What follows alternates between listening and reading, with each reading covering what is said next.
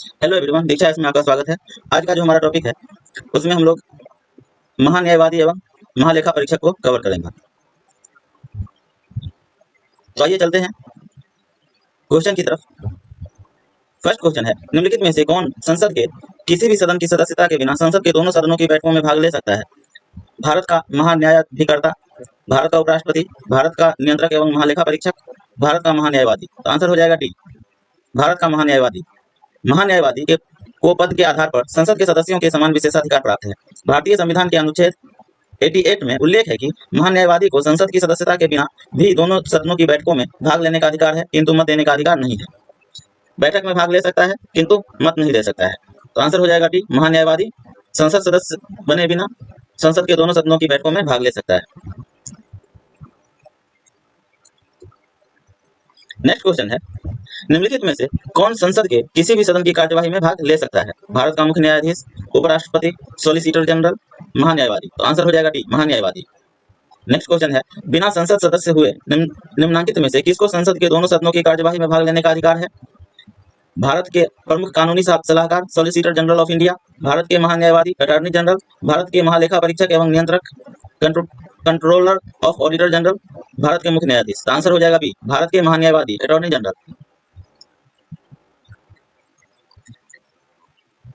Next question है, संसद के सदस्यों के अतिरिक्त निम्नलिखित में से किसे संसद की कार्यवाही में भाग लेने का अधिकार है? मंत्रिमंडल सचिव, महान्यायवादी, महालेखाकार, सर्वोच्च न्यायालय का मुख्य न्यायाधीश। आंसर हो जाएगा बी, महान्यायवादी। नेक्स्ट क्वेश्चन है, बिना संसद सदस्य हुए निम्नलिखित में से कौन संसद की दोनों सदनों की कार्यवाही में भाग लेने का अधिकारी है? भारत का मुख्य न्यायाधीश, भारत का महालेखा परीक्षक, भारत का महान्यायवादी। तो आंसर हो जाएगा सी, महान्यायवादी। नेक्स्ट क्वेश्चन है, भारत के महान्यायवादी अटॉर्नी जनरल ऑफ इंडिया की नियुक्ति कौन करता है? प्रधानमंत्री, संघ लोक सेवा आयोग, राष्ट्रपति, इनमें से कोई नहीं। तो आंसर हो जाएगा सी, राष्ट्रपति। भारत के महान्यायवादी की नियुक्ति जो है वह राष्ट्रपति के द्वारा किया जाता है। अनुच्छेद 76(1) के अनुसार राष्ट्रपति उच्चतम न्यायालय का न्यायाधीश नियुक्त होने के लिए अर्जित किसी व्यक्ति को भारत का महान्यायवादी नियुक्त करेगा। अनुच्छेद 76(2) के अनुसार महान्यायवादी भारत सरकार की विधि अधिकारी है। महान्यायवादी कौन है? तो विधि अधिकारी, और उसका कर्तव्य ऐसे विधि संबंधी विषयों पर मंत्रणा देना है जिन्हें राष्ट्रपति उसे भेजे या सौंपे। अनुच्छेद 76(3) के अनुसार महान्यायवादी को अपने कर्तव्यों के पालन में भारत के राज्य क्षेत्र में सभी न्यायालयों में सुनवाई का अधिकार प्राप्त है।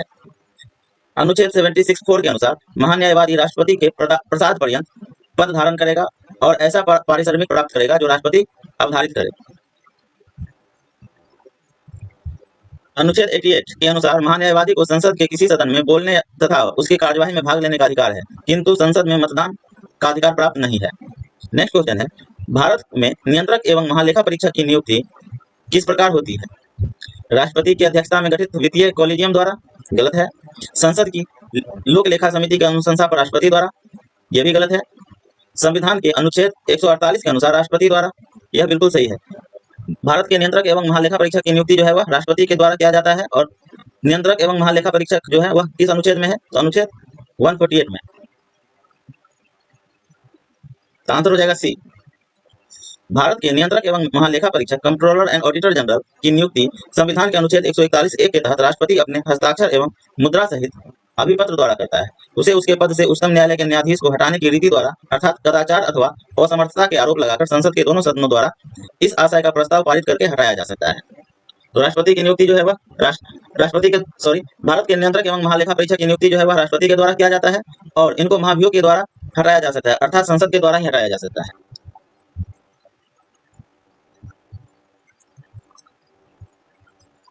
नियंत्रक एवं महालेखा परीक्षक का कार्यकाल 6 वर्ष अथवा 65 वर्ष की आयु में जो पहले हो तक होता है। यह सार्वजनिक धन का संरक्षक होता है। नियंत्रक एवं महालेखा परीक्षक के कार्यालय के प्रशासनिक व्यय उनके अंतर्गत उस कार्यालय में सेवा करने वाले व्यक्तियों को या उसके संबंध में सभी वेतन भत्ते और पेंशन भारत की संचित निधि से प्रदान किए जाते हैं। महालेखा परीक्षक का कार्यकाल या तो 6 वर्ष होगा या 65 वर्ष की आयु तक होगा, और इनको जो वेतन भत्ते पेंशन जो मिलता है वह भारत की संचित निधि से मिलता है। नेक्स्ट टॉपिक है संसद, राज्यसभा, लोकसभा और समितियां। फर्स्ट क्वेश्चन है, भारत में कौन सी विधि राज्यसभा के चुनाव में प्रयुक्त होती है? प्रत्यक्ष विधि, अप्रत्यक्ष विधि, अप्रत्यक्ष और प्रत्यक्ष दोनों, उपरोक्त में से कोई नहीं। तो आंसर हो जाएगा अप्रत्यक्ष। राज्यसभा का जो चुनाव होता है वह अप्रत्यक्ष विधि से होता है। तो आंसर हो जाएगा बी। नेक्स्ट क्वेश्चन है, भारत में संघ के मंत्री के लिए पद की शपथ का प्रारूप उपबंधित है। भारतीय संविधान की प्रथम अनुसूची में, यह गलत है। भारतीय संविधान की द्वितीय अनुसूची में, यह भी गलत है। भारतीय संविधान की तृतीय अनुसूची में, यह बिल्कुल सही। और भारतीय संविधान की चौथी अनुसूची, ये गलत है। भारत में संघ के मंत्री के लिए पद की शपथ का प्रारूप जो है वह भारतीय संविधान के तृतीय अनुसूची में उपबंधित है। भारत के मूल संविधान में 8 अनुसूचियां थी। वर्तमान में कुल 12 अनुसूचियां हैं। वर्तमान में जो है वह 12 अनुसूची है। संविधान की तीसरी अनुसूची में भारतीय संघ के कुछ पदाधिकारियों के शपथ और प्रतिज्ञान का प्रारूप उपबंधित है। नेक्स्ट क्वेश्चन है, लोकसभा के अध्यक्ष का निर्वाचन करते हैं विधानसभा के सदस्य, लोकसभा के सदस्य, राज्यसभा के सदस्य, मंत्रिपरिषद के सदस्य। तो लोकसभा के अध्यक्ष का चुनाव जो है वह लोकसभा के सदस्यों के द्वारा किया जाता है। तो आंसर हो जाएगा बी। नेक्स्ट क्वेश्चन है, भारत में लोकसभा का प्रथम अध्यक्ष कौन थे? जीबी मावलंकर, एएस अयंगर, हुकुम सिंह, नीलम संजीव रेड्डी। तो आंसर हो जाएगा ए। भारत के लोकसभा के प्रथम अध्यक्ष जो है वह जीबी मावलंकर है। 26 जनवरी 1950 को भारत का संविधान लागू हुआ। वर्ष 1951-52 के दौरान नए संविधान के अंतर्गत प्रथम आम चुनाव संपन्न हुआ। तत्पश्चात गठित प्रथम लोकसभा के अध्यक्ष के रूप में जीबी मावलंकर को चुना गया। वे अपनी मृत्यु 27 फरवरी 1956 तक इस पद पर रहे। लोकसभा के पहले अध्यक्ष कौन थे? तो जीबी मावलंकर। आंसर हो जाएगा सी। नेक्स्ट क्वेश्चन है, लोकसभा के प्रथम स्पीकर कौन था? तो आंसर हो जाएगा GB Mavalankar, D. Next question है, यदि यह प्रश्न उठता है कि कोई विधेयक धन विधेयक है या नहीं, तो इसका विनिश्चय अंतिम होगा। तो कोई विधेयक धन विधेयक है या नहीं, यह विनिश्चय करना जो काम है वह है लोकसभा अध्यक्ष का। और लोकसभा के अध्यक्ष यदि किसी विधेयक को धन विधेयक घोषित कर देंगे तो उनका विनिश्चय अंतिम होगा। तो इस प्रकार हमारा आंसर हो जाएगा भारत का राष्ट्रपति, गलत। सर्वोच्च न्यायालय के मुख्य न्यायाधीश का विनिश्चय, ये भी गलत है। भारत के महालेखा परीक्षक एवं नियंत्रक का विनिश्चय, ये भी गलत है। लोकसभा के अध्यक्ष का विनिश्चय, डी ऑप्शन हमारा बिल्कुल सही होगा। भारतीय संविधान के अनुच्छेद 110 में धन विधेयक की परिभाषा दी गई है। यदि यह प्रश्न उठता है कि कोई विधेयक धन विधेयक है या नहीं, तो उस पर लोकसभा के अध्यक्ष का निर्णय अंतिम होता है। नेक्स्ट क्वेश्चन है, जब लोकसभा के अध्यक्ष को हटाने का कोई संकल्प विचाराधीन हो तब अध्यक्ष को बोलने का अधिकार होगा, वह अध्यक्षता नहीं करेगा, वह प्रथमतः मत देने का हकदार होगा, वह सदन में उपस्थित नहीं रहेगा।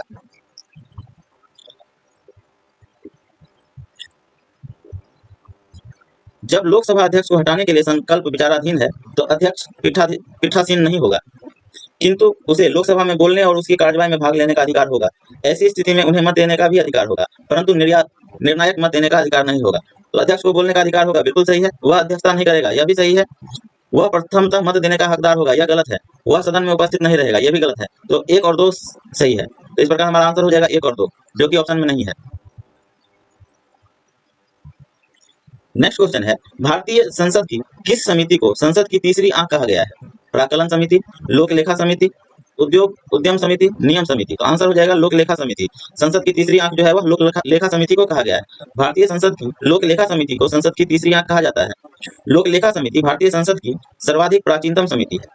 इस समिति में 22 सदस्य होते हैं, 15 लोकसभा से और 7 राज्यसभा से। इस समिति में सदस्यों का चुनाव अनुपातिक प्रतिनिधित्व प्रणाली द्वारा एकल संक्रमणीय मत प्रणाली के आधार पर किया जाता है। इस समिति का कार्य विभिन्न मंत्रालयों के व्यय नियंत्रक महालेखा परीक्षक के प्रतिवेदन पर विचार करना है।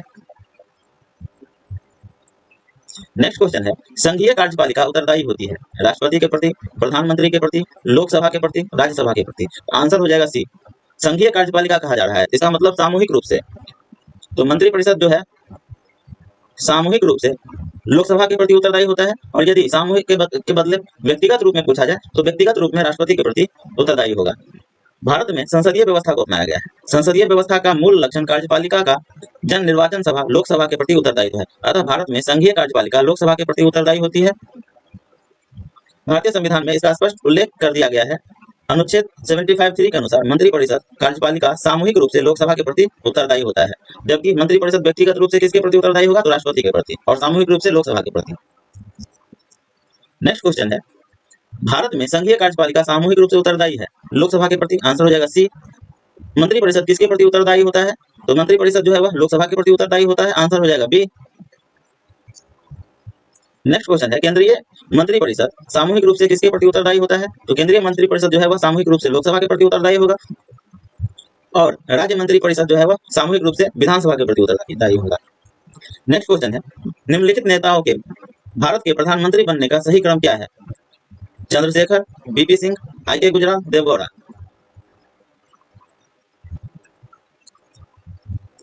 तो आंसर हो जाएगा बी, 2 1 4 3। सबसे पहले बीपी सिंह 2 दिसंबर 1989 से 10 नवंबर 1990। चंद्रशेखर 10 नवंबर 1990 से 21 जून 1991। एच.डी. देवगौड़ा 1 जून 1996 से 21 अप्रैल 1997। और आई.के. गुजराल 21 अप्रैल 1997 से 18 मार्च 1998। नेक्स्ट क्वेश्चन है, संसद की अनुमति से राष्ट्रीय आपातकाल बढ़ाया जा सकता है। तो संसद की अनुमति से राष्ट्रीय आपातकाल कितने समय के लिए बढ़ाया जाएगा? अधिकतम 3 वर्ष के लिए, अधिकतम 1 वर्ष के लिए, अनिश्चित काल के लिए, अधिकतम 6 महीने के लिए। तो आंसर हो जाएगा डी, अधिकतम 6 महीने के लिए। राष्ट्रीय आपात जो है वह अधिकतम 6 महीने के लिए बढ़ाया जा सकता है। संविधान के अनुच्छेद 352 के तहत भारत के राष्ट्रपति युद्ध, बाह्य आक्रमण या सशस्त्र विद्रोह की स्थिति उत्पन्न होने पर राष्ट्रीय आपात की उद्घोषणा कर सकता है। आपातकाल की उद्घोषणा का अनुमोदन संसद के दोनों सदनों द्वारा 1 माह के भीतर होना आवश्यक है। संसद के दोनों सदनों से अनुमोदन के पश्चात आपातकाल 6 माह तक जारी रहेगा तथा प्रत्येक 6 माह में संसद के अनुमोदन से इसे आगे भी जारी रखा जा सकता है। नेक्स्ट क्वेश्चन है, वास्तव में सभी महत्वपूर्ण निर्णय लिए जाते हैं तो किसके द्वारा लिए जाते हैं? मंत्रिपरिषद के द्वारा, मंत्रिमंडल के द्वारा, मंत्रिपरिषद और मंत्रिमंडल की संयुक्त बैठक में, प्रधानमंत्री द्वारा। तो आंसर हो जाएगा मंत्रिमंडल के द्वारा। नीति संबंधी सभी महत्वपूर्ण निर्णय मंत्रिमंडल द्वारा ही लिए जाते हैं तथा मंत्रिपरिषद केवल उन निर्णयों को लागू करती है। मंत्रिपरिषद जो है वह संसद में चुने हुए सभी सदस्य होते हैं।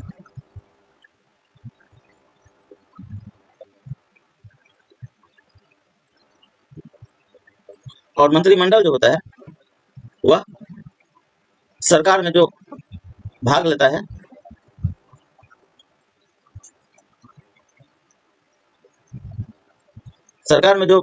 वह मंत्री होता है मंत्रिमंडल में। तो इस प्रकार हमारा आंसर हो जाएगा बी, मंत्रिमंडल। नेक्स्ट क्वेश्चन है, भारत में संसदीय सरकार जाना जाता है लोकतांत्रिक सरकार, अनुत्तरदायित्व सरकार, उत्तरदायी सरकार, बहुल सरकार। तो भारत में संसदीय सरकार जो है वह उत्तरदायी सरकार है। तो आंसर हो जाएगा सी। नेक्स्ट क्वेश्चन है, भारतीय संसद के दोनों सदनों की संयुक्त बैठक होती है संविधान संशोधन विधेयक के संबंध में। यह बिल्कुल गलत है, इसलिए क्योंकि संविधान संशोधन विधेयक में संसद के दोनों सदनों से उस विधेयक को, संविधान संशोधन विधेयक को संविधान संशोधन विधेयक को संसद के दोनों सदनों से अलग अलग विशेष बहुमत से पास होना आवश्यक है और साथ ही आधे राज्यों में भी इसे पास होना जरूरी है। धन विधेयक के संबंध में यह भी गलत है, क्योंकि धन विधेयक पर जो है वह राज्यसभा को कोई अधिकार नहीं है। साधारण विधेयक के संबंध में यह बिल्कुल सही है, साधारण विधेयक पर जो है वह संयुक्त बैठक का प्रावधान है। और भारत के उपराष्ट्रपति के निर्वाचन के संबंध में यह भी गलत है, भारत के उपराष्ट्रपति के निर्वाचन के संबंध में संयुक्त बैठक का कोई प्रावधान नहीं है। अनुच्छेद 108 के अनुसार संसद के दोनों सदनों का संयुक्त अधिवेशन तब आयोजित किया जाता है जब किसी साधारण विधेयक पर विचार करने और उसे पारित करने में दोनों सदनों में मतभेद हो। नेक्स्ट क्वेश्चन है, निम्नलिखित में से कौन एक किसी राज्य की विधान परिषद को समाप्त करने के लिए अधिकृत है? प्राधिकृत है, राष्ट्रपति, सांसद, राज्यपाल, विधान परिषद के अध्यक्ष। तो किसी राज्य में विधान परिषद को भंग करने के लिए जो प्राधिकृत संस्था है वह है संसद। आंसर हो जाएगा बी। भारत के संविधान के अनुच्छेद 169 के अनुसार विधान परिषद की स्थापना और उन्मूलन का अधिकार संसद को है। नेक्स्ट क्वेश्चन है, लोकलेखा समिति का प्रतिवेदन प्रस्तुत किया जाता है लोकसभा के समक्ष, प्रधानमंत्री के समक्ष, राष्ट्रपति के समक्ष, वित्त मंत्री के समक्ष। आंसर हो जाएगा ए, लोकसभा के समक्ष। लोकलेखा समिति का प्रतिवेदन जो है वह लोकसभा के अध्यक्ष प्रस्तुत किया जाता है। लोकलेखा समिति पब्लिक अकाउंट कमेटी लोक कर्तव्यों पर नियंत्रण रखने वाली एक संसदीय समिति है। इसमें लोकसभा के 15 और राज्यसभा के 7 सदस्यों समेत कुल 22 सदस्य होते हैं। लोकलेखा समिति के अध्यक्ष की नियुक्ति लोकसभा के अध्यक्ष द्वारा की जाती है। लोकलेखा समिति द्वारा अपनी रिपोर्ट लोकसभा के स्पीकर को प्रस्तुत की जाती है। तो आंसर हो जाएगा ए, लोकसभा के समक्ष।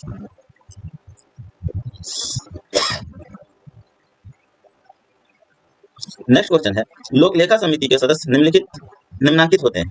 लोकसभा से, राज्यसभा से और कुल लोकसभा से 15 और राज्यसभा से 7, कुल 22 सदस्य होते हैं लोकलेखा समिति में। तो आंसर हो जाएगा बी। भारत की संसद में व्यक्त होता है लोकसभा, राज्यसभा और राष्ट्रपति। आंसर हो जाएगा ये, भारत के संसद में जो है वह लोकसभा, राज्यसभा और राष्ट्रपति तीनों आते हैं। संविधान के अनुच्छेद 79 के अनुसार भारतीय संसद का गठन राष्ट्रपति और संसद के दोनों सदनों राज्यसभा और लोकसभा से मिलकर होता है। भारतीय संसद में कौन कौन सम्मिलित होते हैं? तो भारतीय संसद में भारत के राष्ट्रपति, लोकसभा और राज्यसभा तीनों सम्मिलित होता है। तो आंसर हो जाएगा डी।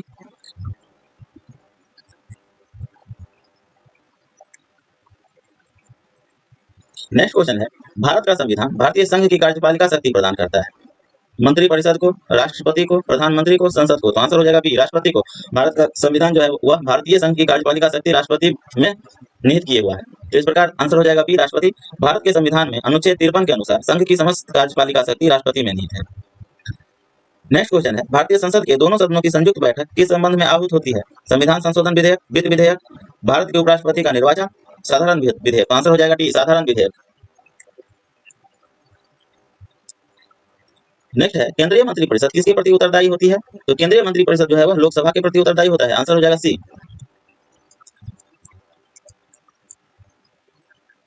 नेक्स्ट क्वेश्चन है, एक संसदीय शासन प्रणाली के अंतर्गत मंत्रिपरिषद के सदस्य सामूहिक रूप से उत्तरदायी होते हैं। तो संसद के प्रति। आंसर हो जाएगा सी, संसद के लोकप्रिय सदन के प्रति अर्थात निम्न सदन के प्रति।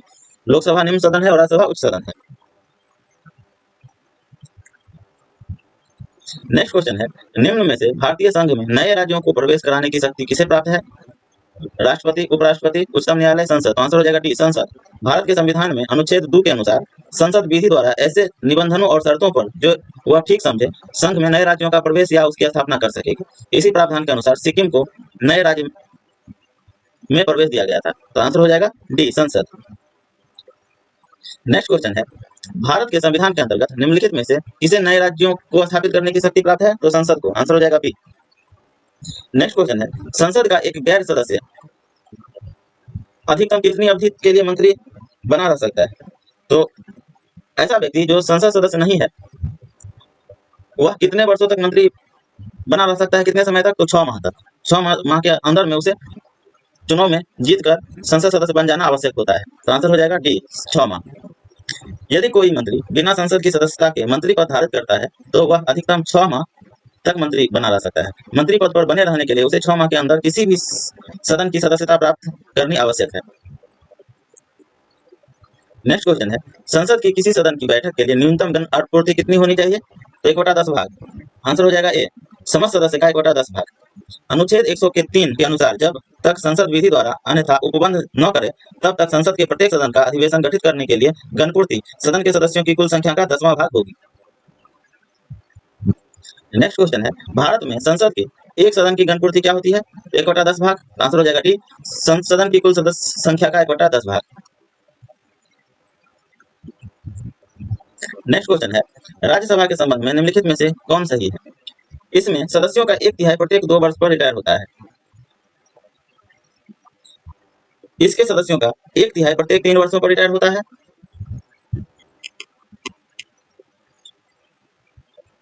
इसके सदस्यों का 2/3 प्रत्येक 2 वर्षों में रिटायर होता है और इसके सदस्यों का 2/3 प्रत्येक 3 वर्षों में रिटायर होता है। तो आंसर हो जाएगा ए, इसके सदस्यों का 1/3 प्रत्येक 2 वर्ष में रिटायर होता है। राज्यसभा अस्थायी सदन है, इसका विघटन नहीं होता है। इसके सदस्यों का कार्यकाल 6 वर्ष होता है। 1/3 सदस्यों का निर्वाचन प्रत्येक 2 वर्ष पर होता है। साथ ही उपराष्ट्रपति राज्यसभा का पदेन सभापति होता है तथा महान्यायवादी को संसद के दोनों सदनों में बोलने का अधिकार है। राज्यसभा के संबंध में निम्नलिखित में से कौन सा कथन सही है? यह विघटित की जा सकती है, बिल्कुल गलत। यह अस्थायी सदन है, इसका विघटन नहीं होता है। इसके सदस्य प्रत्यक्ष रूप से चुने जाते हैं, यह भी गलत है। राज्यसभा के सदस्य अप्रत्यक्ष रूप से चुने जाते हैं। सी ऑप्शन है, यह वास्तविक शक्तियों का प्रयोग करती है, यह भी गलत है। वास्तविक शक्ति का प्रयोग राज्यसभा नहीं बल्कि लोकसभा के द्वारा किया जाता है, इसीलिए सी ऑप्शन गलत है। और डी है, यह विघटित किए जाने योग्य नहीं है, बिल्कुल सही है।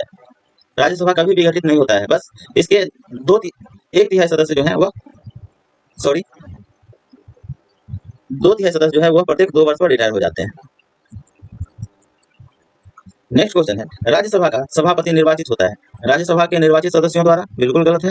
राज्यसभा के सभी सदस्यों द्वारा, यह भी गलत है। संसद के निर्वाचित सदस्यों द्वारा, यह भी गलत है। और संसद के सभी सदस्यों द्वारा, तो बिल्कुल ये सही है।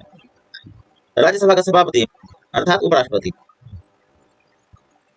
उपराष्ट्रपति का चुनाव संसद के दोनों सदनों के सभी सदस्यों के द्वारा होता है। तो आंसर हो जाएगा डी, उपराष्ट्रपति में ये कर चुके हैं। आप लोग उपराष्ट्रपति का वीडियो जाकर के देखिए, वहां से यह क्लियर हो जाएगा। नेक्स्ट क्वेश्चन है, राज्यसभा को धन विधेयक पर कितने दिनों के अंदर अपनी संस्तुति देनी होती है? तो आंसर हो जाएगा ए, 14 दिन। राज्यसभा को धन विधेयक पर 14 दिनों के भीतर जो है अपनी संस्तुति देनी आवश्यक है, अन्यथा धन विधेयक जो है वह पारित समझा जाएगा। संविधान के अनुच्छेद 109 के उपबंधों के अनुसार धन विधेयक के संबंध में राज्यसभा के पास सीमित शक्तियां होती है। किसी धन विधेयक के लोकसभा द्वारा पारित होने तथा राज्यसभा के पास इसकी सिफारिश के लिए भेजे जाने के पश्चात उसे राज्यसभा द्वारा प्राप्ति की तारीख से 14 दिनों की अवधि के भीतर सिफारिशें सहित या सिफारिशों के बिना ही लोकसभा को वापस भेजा जाना होता है। धन विधेयक संसद के निम्न सदन अथवा लोकसभा में प्रस्तुत किया जाता है। नेक्स्ट क्वेश्चन है, धन विधेयक संसद के किस सदन में प्रस्तुत किया जाता है? तो आंसर हो जाएगा लोकसभा, बी। नेक्स्ट क्वेश्चन है, राज्यसभा को अनन्य अधिकार है राष्ट्रपति को हटाने की कार्यवाही प्रारंभ करना। यह गलत है। राज्यसभा को हटाने की कार्यवाही जो है वह संसद के किसी भी सदन में लाया जा सकता है। बी है, सर्वोच्च न्यायालय के न्यायाधीश को हटाने की कार्यवाही प्रारंभ करना। यह भी गलत है, क्योंकि सर्वोच्च न्यायालय के न्यायाधीशों को हटाने की कार्यवाही जो होती है वह संसद के किसी भी सदन में लाया जा सकता है। सी, नई अखिल भारतीय सेवाओं के सृजन की संस्तुति। यह बिल्कुल सही है। नई अखिल भारतीय सेवाओं के सृजन की संस्तुति पर जो है वह राज्यसभा को अनन्य अधिकार प्राप्त है। यह लोकसभा को इसका अधिकार प्राप्त नहीं है, तो आंसर हो जाएगा सी। भारतीय संविधान के अनुच्छेद 112 के तहत राज्यसभा द्वारा नई अखिल भारतीय सेवाओं के सृजन की संस्तुति का एकाधिकार होता है। नेक्स्ट क्वेश्चन है, अंतरराष्ट्रीय संधियों को कार्यान्वित करने के लिए संसद संपूर्ण देश या भारत के कुछ राज्यों के लिए कोई भी कानून बना सकती है यदि सभी राज्य सहमत हो, कुछ राज्य सहमत हो, संबंधित राज्य सहमत हो, किसी भी राज्य की सहमति के बिना। बिल्कुल ये सही है, डी, किसी भी राज्य के बिना। अंतरराष्ट्रीय संधियों को कार्यान्वित करने के लिए संसद को जो है वह संपूर्ण देश या भारत के कुछ राज्यों के लिए कानून बनाने के लिए किसी भी राज्य की सहमति लेने का जरूरत नहीं है।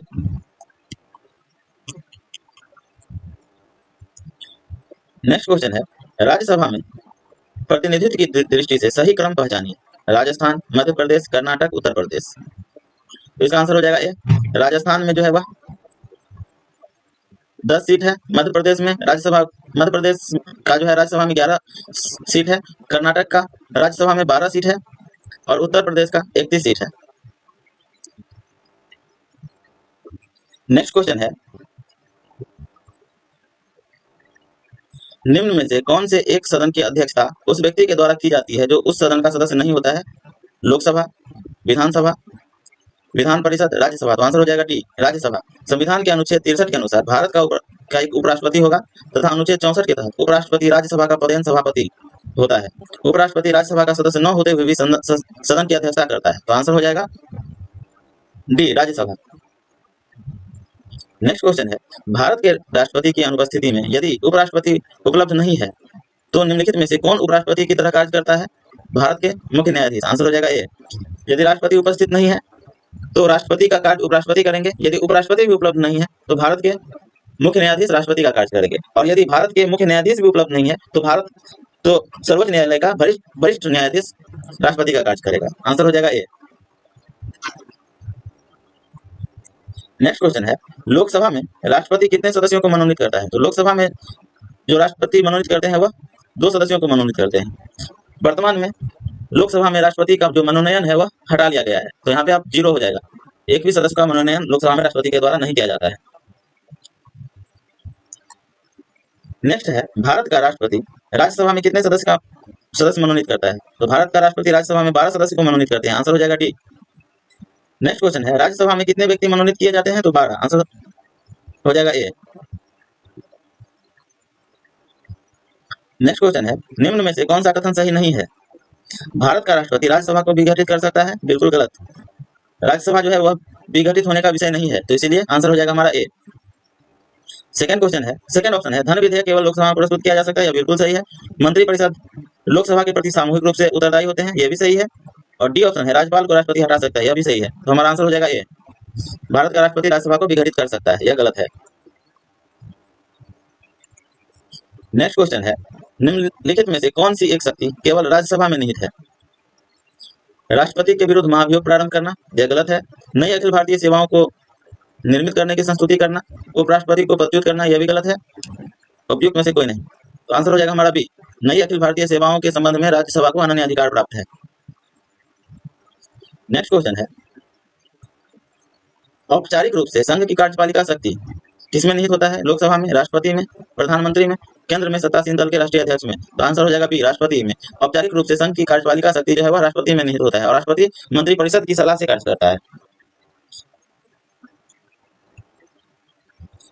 अनुच्छेद 53 औपचारिक रूप से संघ की कार्यपालिका शक्ति राष्ट्रपति में निहित होता है। संघ की कार्यपालिका अर्थात भारत सरकार के सभी कार्य राष्ट्रपति के नाम से किए जाते हैं। अनुच्छेद 77। नेक्स्ट क्वेश्चन है, मंत्री व्यक्तिगत रूप से किसके समक्ष उत्तरदायी होता है? तो आप लोगों को ये बता चुके हैं कि मंत्री जो है व्यक्तिगत रूप से राष्ट्रपति के प्रति उत्तरदायी होता है। आंसर हो जाएगा सी। और सामूहिक रूप से लोकसभा के प्रति उत्तरदायी होता है। मंत्री व्यक्तिगत रूप से राष्ट्रपति के प्रति उत्तरदायी होते हैं। भारतीय संविधान के अनुच्छेद 75 के 2 में उल्लिखित है कि मंत्री राष्ट्रपति के प्रसाद पर्यंत अपने पद धारण करेंगे। नेक्स्ट क्वेश्चन है, मंत्रिमंडल का मुख्य प्रमुख कौन होता है? तो मंत्रिमंडल का प्रमुख होता है प्रधानमंत्री। आंसर हो जाएगा डी। संविधान के अनुच्छेद 74 के अनुसार राष्ट्रपति को सहायता एवं सलाह देने के लिए एक मंत्रिपरिषद होगी जिसका प्रमुख प्रधानमंत्री होगा। राष्ट्रपति उनके सलाह के अनुसार कार्य करेगा। नेक्स्ट क्वेश्चन है, राष्ट्रपति शासन के लिए संसद का अनुमोदन कितनी अवधि के भीतर प्राप्त किया जाना चाहिए? तो आंसर हो जाएगा ए 2 माह। राष्ट्रपति शासन के दौरान जो है वह संसद का अनुमोदन 2 माह के भीतर में चाहिए। नेक्स्ट क्वेश्चन है, लोकसभा और राज्यसभा संयुक्त रूप से बैठती है जब उनकी इच्छा होती है। बिल्कुल गलत। दोनों के बीच कोई असहमति हो, यह भी गलत है। राष्ट्रपति दोनों सदनों को बुलाते हैं, यह बिल्कुल सही है। और उन्हें प्रत्येक 5 वर्ष में मिलना चाहिए, यह भी गलत है। लोकसभा और राज्यसभा की संयुक्त रूप से बैठक जो है 2 तरीके से बुलाई जाती है। फर्स्ट, राष्ट्रपति दोनों सदनों को बुलाते हैं तब, और दूसरा, यदि किसी भी साधारण विधेयक पर मतभेद हो तब।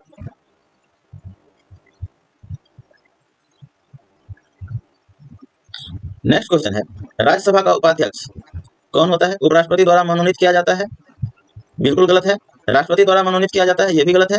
राज्यसभा के सदस्यों द्वारा अपने सदस्यों के बीच से चुना जाता है, यह बिल्कुल सही है। राज्यसभा का अध्यक्ष जो है वह सदैव रूप से उपराष्ट्रपति होते हैं, जबकि उपाध्यक्ष या उपसभापति जो है वह राज्यसभा के सदस्यों द्वारा अपने सदस्यों के बीच से चुना जाता है।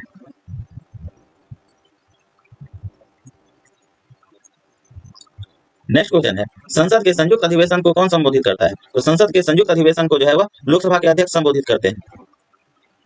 सॉरी, संसद के संयुक्त अधिवेशन को कौन संबोधित करता है? तो राष्ट्रपति। आंसर हो जाएगा सी। और संसद के संयुक्त अधिवेशन की अध्यक्षता कौन करता है? तब होगा लोकसभा के अध्यक्ष।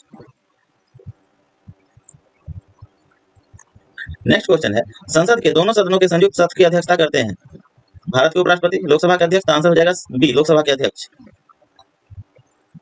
नेक्स्ट क्वेश्चन है, स्पीकर निर्णायक मत का प्रयोग कब करता है? महाभियोग प्रस्ताव पर। बिल्कुल गलत है। अनुच्छेद 368 से संबंधित विधेयक पर, यह भी गलत है।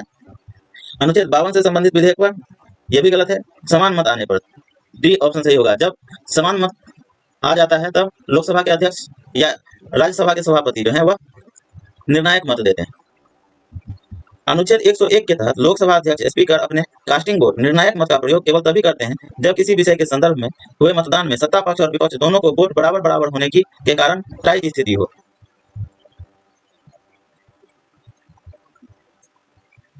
नेक्स्ट क्वेश्चन है, निम्नलिखित में से कौन सा अनुच्छेद यह कहता है कि राज्यसभा विघटित नहीं की जा सकती? अनुच्छेद 83, अनुच्छेद 84, अनुच्छेद 90, अनुच्छेद 91। तो आंसर हो जाएगा ए, अनुच्छेद 83। अनुच्छेद 83 में यह कहा गया है कि राज्यसभा कभी विघटित नहीं होगी।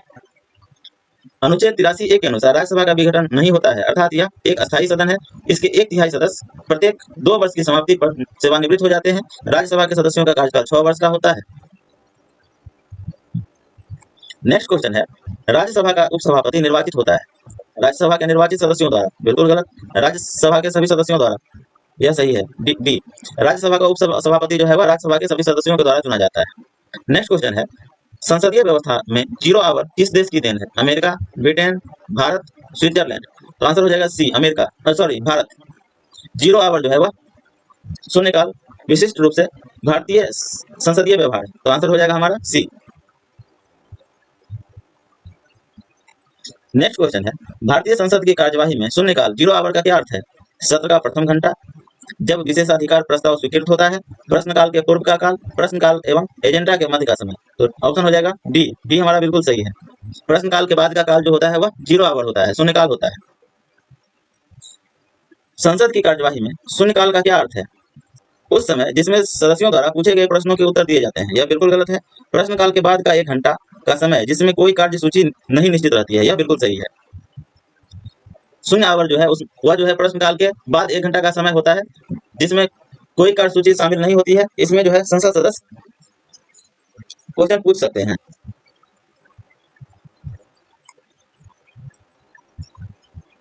नेक्स्ट क्वेश्चन है, संसद में शून्यकाल का क्या अर्थ है?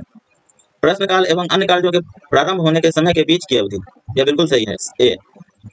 नेक्स्ट क्वेश्चन है, लोकसभा के अध्यक्ष को अपना त्यागपत्र किसे संबोधित करना पड़ता है? तो लोकसभा के अध्यक्ष जो है वह लोकसभा के उपाध्यक्ष को अपना त्यागपत्र सौंपते हैं। तो आंसर हो जाएगा हमारा बी।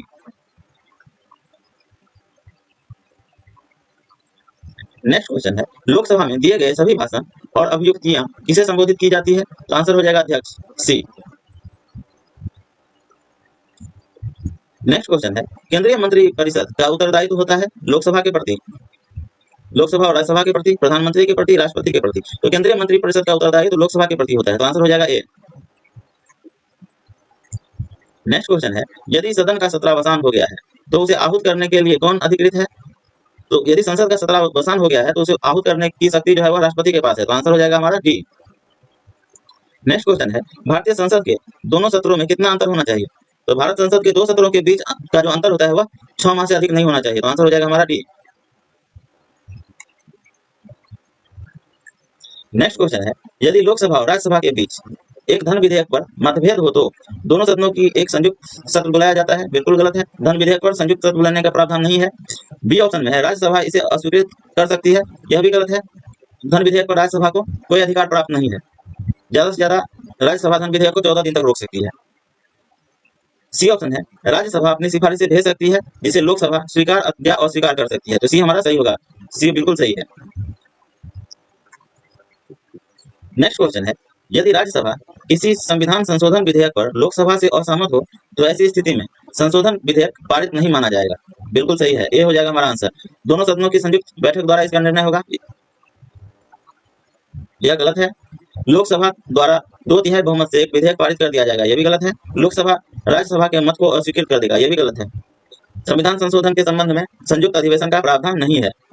संयुक्त अधिवेशन का प्रावधान सिर्फ साधारण विधेयक के संबंध में है।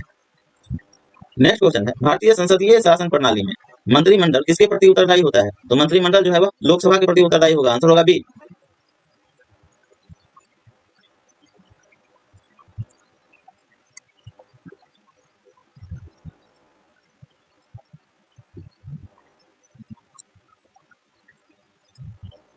नेक्स्ट क्वेश्चन है, भारतीय राज्यसभा की वर्तमान सदस्य संख्या कितनी है? तो राज्यसभा की वर्तमान सदस्य संख्या 245 है। आंसर हो जाएगा डी। नेक्स्ट क्वेश्चन है, कितने वर्ष की आयु में कोई भारतीय नागरिक भारत का प्रधानमंत्री बन सकता है? तो भारत के प्रधानमंत्री अर्थात संसद सदस्य बनने, लोकसभा सदस्य बनने के लिए न्यूनतम आयु कितनी निर्धारित है? तो 25 वर्ष। आंसर हो जाएगा सी।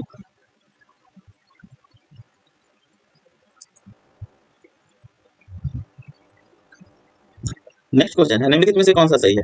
कैबिनेट मंत्रिमंडल शब्द भारतीय संविधान में उल्लिखित नहीं है। बिल्कुल गलत, मंत्रिमंडल शब्द भारतीय संविधान के केवल अनुच्छेद 74 में उल्लिखित है। यह भी गलत है। मंत्रिमंडल शब्द भारतीय संविधान की 9वीं अनुसूची में उल्लिखित है। यह भी गलत है।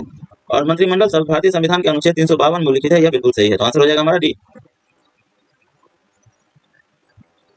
भारत के संविधान में अनुच्छेद 352(3) में मंत्रिमंडल शब्द का उल्लेख किया गया है। बाकी दिए गए विकल्प में कहीं भी मंत्रिमंडल शब्द का उल्लेख नहीं किया गया है।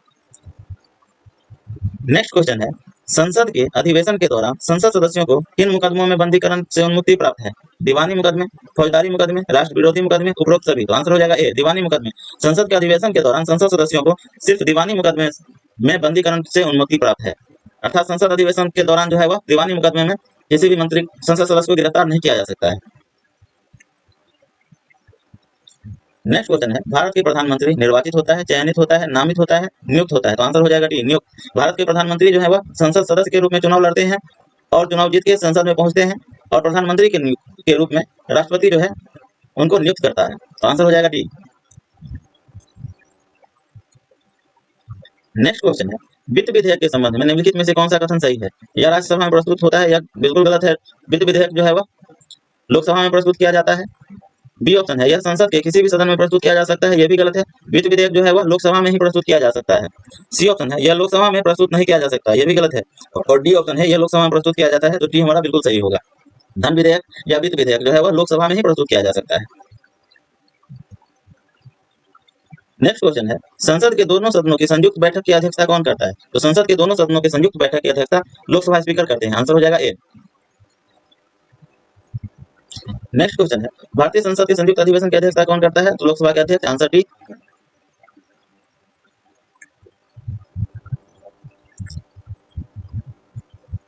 नेक्स्ट क्वेश्चन है, निम्नांकित संसदीय समितियों में कौन सी वित्तीय समिति नहीं है?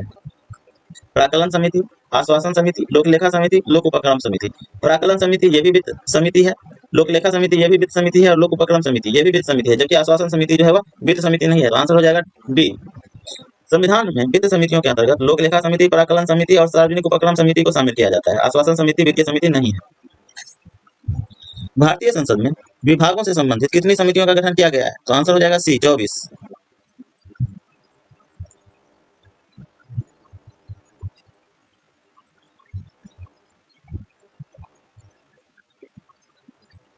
नेक्स्ट क्वेश्चन है, राज्यसभा में विशिष्ट ज्ञान अथवा व्यवहारिक अनुभव संपन्न कुछ सदस्यों को मनोनीत किया जाता है। वे निम्नलिखित में से किस क्षेत्र के होते हैं? साहित्य, विज्ञान, कला एवं समाज सेवा, उपयुक्त सभी। तो आंसर हो जाएगा डी, उपयुक्त सभी। भारतीय संविधान के अनुच्छेद 80 के अनुसार राष्ट्रपति द्वारा राज्यसभा में साहित्य, विज्ञान, कला, समाज सेवा के क्षेत्र में विशेष ज्ञान या अनुभव रखने वाले व्यक्तियों को प्रतिनिधित्व देने के लिए 12 सदस्यों को मनोनीत किया जाता है। तो आंसर हो जाएगा डी, साहित्य, विज्ञान, कला एवं समाज सेवा। नेक्स्ट क्वेश्चन है, निम्नलिखित में से किन सिद्धांतों के आधार पर भारत में संसदीय प्रणाली वाली सरकार कार्य करती है? नाम मात्र की कार्यकारी अध्यक्ष, बिल्कुल सही है।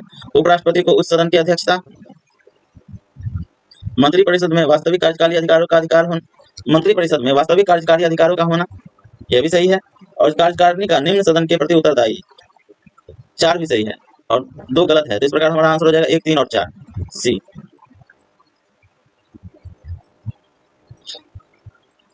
भारतीय संसदीय प्रणाली में कार्यपालिका के समस्त कार्य राष्ट्रपति के नाम से किए जाते हैं, परंतु उनके लिए यह अपेक्षित है कि वह मंत्रिपरिषद की सहायता एवं परामर्श से ही कार्य करे। इस प्रकार राष्ट्रपति केवल औपचारिक, संवैधानिक या नाम मात्र का प्रमुख होता है। वास्तविक कार्यपालिका शक्ति मंत्रिपरिषद में निहित होती है। मंत्रिपरिषद सामूहिक रूप से लोकसभा या निम्न सदन के प्रति उत्तरदायी होता है।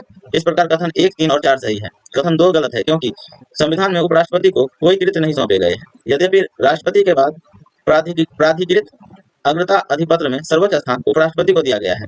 अनुच्छेद 64 के अनुसार उपराष्ट्रपति राज्यसभा का पदेन सभापति होता है। नेक्स्ट क्वेश्चन है, निम्नलिखित में से कौन लोक लेखा समिति के अध्यक्ष की नियुक्ति करता है? तो लोक लेखा समिति के अध्यक्ष की नियुक्ति लोकसभा के अध्यक्ष करते हैं। तो आंसर हो जाएगा हमारा डी। नेक्स्ट क्वेश्चन है, संसद की लोक लेखा समिति अध्यक्ष का नाम मनोनीत कौन करता है? तो लोकसभा अध्यक्ष, सी हो जाएगा आंसर। भारतीय संसद की समितियों में सबसे महत्वपूर्ण है लोक लेखा समिति, प्राकलन समिति, सार्वजनिक उपक्रमों की समिति, अधीनस्थ विधान की समिति। तो आंसर हो जाएगा ए, लोक लेखा समिति जो है वह भारतीय संसद की समितियों में सबसे महत्वपूर्ण है। भारतीय संसद की समितियों में लोक लेखा समिति सबसे महत्वपूर्ण समिति है। इसका उद्देश्य लोक व्यय के दुरुपयोग एवं अनियमितताओं को सदन के समक्ष उजागर करना होता है।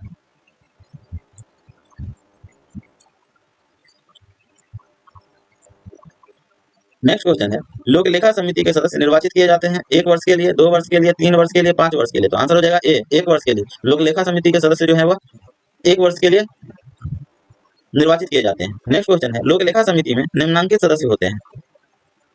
लोक लेखा समिति में कुल 22 सदस्य होते हैं, 15 लोकसभा से और 7 राज्यसभा से। तो आंसर हो जाएगा बी। नेक्स्ट क्वेश्चन है, लोकसभा प्राकलन समिति की समयावधि क्या होती है? तो लोकसभा की प्राकलन समिति की समयावधि होता है 1 वर्ष का। आंसर हो जाएगा B, sorry D. Next question है, लोक लेखा समिति में शामिल किए जाते हैं लोकसभा के 15 सदस्य और राज्यसभा के 7 सदस्य। तो आंसर हो जाएगा 2 और 3, 2 और 3 बी में है, तो बी हो जाएगा आंसर। नेक्स्ट क्वेश्चन है, भारत में केंद्र में पहली बार गैर कांग्रेसी सरकार का गठन कब हुआ था? 1968 में, 1971 में, 1977 में, 1979 में। तो आंसर हो जाएगा सी, 1977 में। भूतपूर्व प्रधानमंत्री स्वर्गीय इंदिरा गांधी द्वारा लागू आपातकाल 1975-76 के बाद जनसंघ सहित भारत के प्रमुख राजनीतिक दलों का विलय करके एक नए दल जनता पार्टी का गठन किया गया। जनता पार्टी ने वर्ष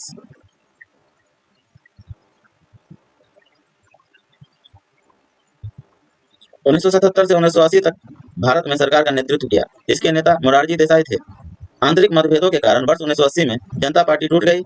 लोकसभा चुनाव 2014 के पूर्व डॉक्टर सुब्रमण्यम स्वामी जनता पार्टी का विलय भारतीय जनता पार्टी में कर चुके हैं। नेक्स्ट क्वेश्चन है, कोई विधेयक विधि विधेयक है अथवा नहीं, इसका निर्णय कौन करता है? तो कोई विधेयक विधि विधेयक है अथवा नहीं, इसका निर्णय लोकसभा के अध्यक्ष करते हैं। सॉरी, कोई विधेयक धन विधेयक है या नहीं, इसका निर्णय लोकसभा के अध्यक्ष करते हैं। और कोई विधेयक धन विधेयक वित्त विधेयक है या नहीं,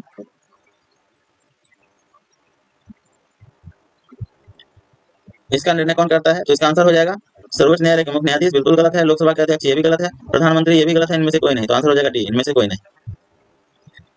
कोई विधेयक वित्त विधेयक है या नहीं, इसके लिए निर्णय की आवश्यकता नहीं होती है, क्योंकि संविधान के अनुच्छेद 117 में वित्त विधेयक के संबंध में विशेष उपबंध का उल्लेख है। आंसर हो जाएगा डी। नेक्स्ट क्वेश्चन है, यह कौन निश्चित करता है कि कोई विधेयक वित्त विधेयक है अथवा नहीं? तो कोई नहीं, अनुच्छेद 117 में इसका उपबंध किया गया है, तो आंसर हो जाएगा इनमें से कोई नहीं। नेक्स्ट क्वेश्चन है, इनमें से कौन देश की सुरक्षा के लिए जिम्मेदार है? राष्ट्रपति, कैबिनेट, संसद, सशस्त्र बल? तो आंसर हो जाएगा बी, कैबिनेट। भारतीय सशस्त्र सेनाओं की कमान राष्ट्रपति के पास है और देश की रक्षा की जिम्मेदारी मंत्रिमंडल कैबिनेट के पास है। नेक्स्ट क्वेश्चन है, भारत में प्रथम गैर कांग्रेसी सरकार का प्रधानमंत्री कौन था? अभी जस्ट किए हैं, मोरारजी देसाई। आंसर हो जाएगा सी।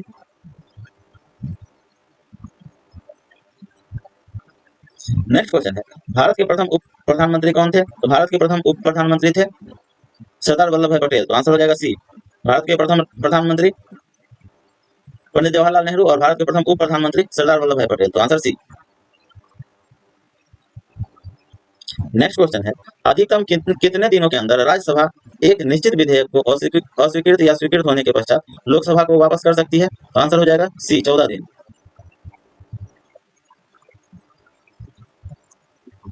नेक्स्ट क्वेश्चन है, वर्तमान में लोकसभा की बैठक के लिए क्या गणपूर्ति है? तो कुल सदस्य का 1/10 भाग, अर्थात 55। आंसर हो जाएगा बी।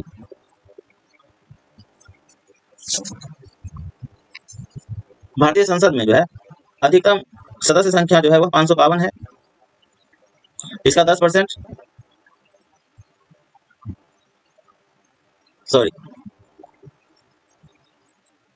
1/10 भाग, तो 552 का 10 भाग, तो 55 सदस्य। नेक्स्ट क्वेश्चन है, भारतीय लोकसभा की अधिकतम सदस्य संख्या कितनी हो सकती है? तो आंसर हो जाएगा ए, 552। वर्तमान में 550, इसलिए क्योंकि 2 जो मनोनीत सदस्य होते थे, उस मनोनीत सदस्य को अब संविधान में संशोधन करके मनोनयन का अधिकार जो है वह समाप्त कर दिया गया है। तो अब अधिकतम सदस्य संख्या 550 है। नेक्स्ट क्वेश्चन है, लोक लेखा समिति अपना प्रतिवेदन सौंपती है राष्ट्रपति को, प्रधानमंत्री को, लोकसभा को और वित्त मंत्री को? तो आंसर हो जाएगा सी, लोकसभा को।